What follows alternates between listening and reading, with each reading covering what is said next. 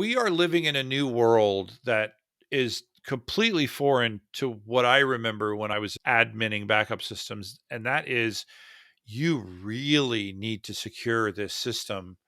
And I would argue it needs to be more secure than the rest of your data center.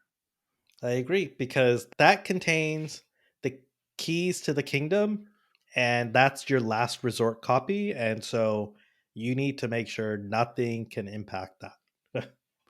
And so you should be looking at backup software products that are, now this is assuming you're going to design this on-prem system, right? So Yep. you need a backup software product that does not require root or administrator, because you're going to shut down root or administrator. You're going to disable RDP, you're going to disable SSH. And you're like, but that means I would have to go on-prem to manage my on-prem backup system. Yes, that's exactly what I'm saying, right? Yes, that's a pain in the butt, but that's the only way you're going to secure this thing.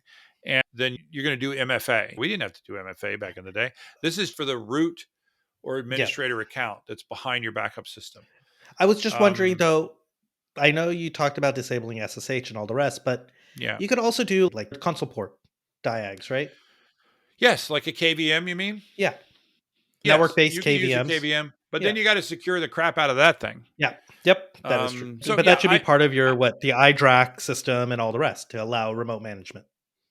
exactly, right. And I would still argue that there's a case to be made for not making that a part of the normal world, because if Yeah. the normal world gets attacked, it should be separate. And along with that, I do not think that your root or administrator stuff should be part of Active Directory.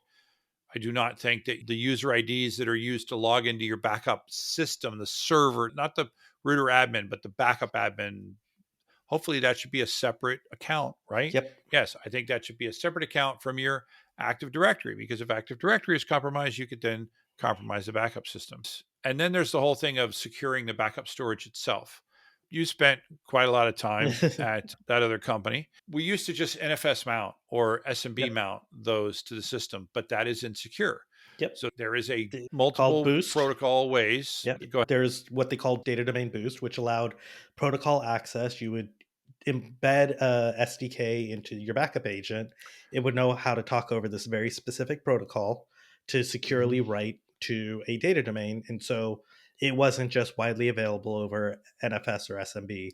And the other Right, mechanism would be also to use Fiber Channel, so right. connectivity over Fiber Channel, so it shows up as a disk, which is also more secure than NFS or SMB. I would argue that still doesn't solve my problem. I don't like that method. I don't want it to appear as a file on the file system on the server at all. Yes, that wouldn't solve that problem. And then the third method is a virtual tape library or VTL, which you could then access. That makes it a little bit harder to attack. It doesn't make it, all you need is just some specialized software to blow away Yep. all those tapes.